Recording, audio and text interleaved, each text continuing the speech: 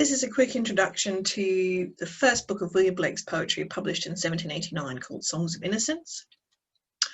After the writing of Songs of Experience, they were always published together as a joint treatise. So while published first, never meant to be published alone.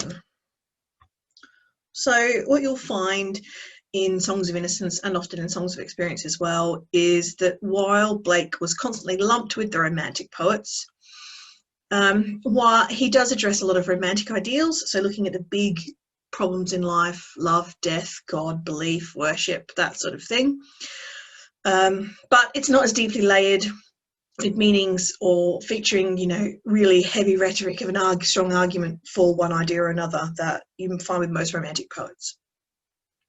In fact, most of his poetry appears quite simple at first reading. Often the poems are very simply structured, have a simple rhythm, simple rhyme scheme, and that links to his obsession with hymns and that sort of style of poetry. So a lot of his poems are meant to be read aloud and to sound good. Blake was a deeply religious poet. He believed deeply in God, but he was not particularly happy with the way organised religion, for example, in his period, the Church of England, was representing how that belief should be manifested by its followers. As an artist, the visuals in his works were as, if not more, important to Blake than the poems themselves. And the visuals were constantly being updated, becoming more and more elaborate over time. Blake's works didn't go into mass publication in a printing press until after his death. But while he was alive, he made each copy of his own works by hand. So if you can imagine the time and effort that went into producing copies, and he would give them and sell them to friends and associates or people who were interested in his views. So the first master copy he made of Songs of Innocence has 21 surviving copies.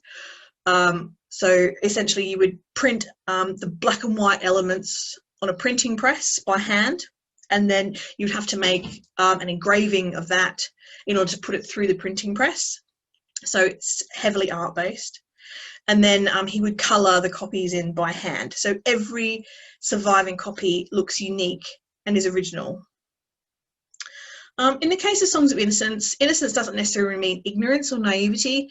More, it means constantly seeing the world with a young, fresh and hopeful outlook, compared perhaps with a more disenchanted view that you develop as you get older and you start to experience the realities of life.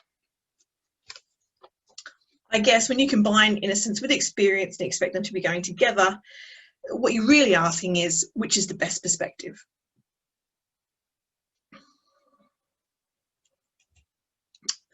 There are 46 poems across Songs of Innocence and of Experience in the final publication. In our studies, you look at 7 from Songs of Innocence. All of these are longer poems than the versions that exist in Songs of Experience if they have a partner. All of them are written in a really simple style. Most are in basic verse form with rhymed quatrains, and typically they're written in tetrameter, which is 4 feet per line. You might make a link to your Shakespeare studies, and you will have studied Shakespeare in iambic pentameter, which is 6 pairs per line. So essentially looking at 8 syllables in a line of Blake poetry. Not every poem, but a lot of them. And the front cover, you can see I've circled in the little top right hand corner here, there's a little piper piping, and in the introduction poem for this book of poems, there is no introduction of a Songs of Experience, he talks about himself as a piper. So I think this little illustration on the front cover of Songs of Innocence is really quite relevant.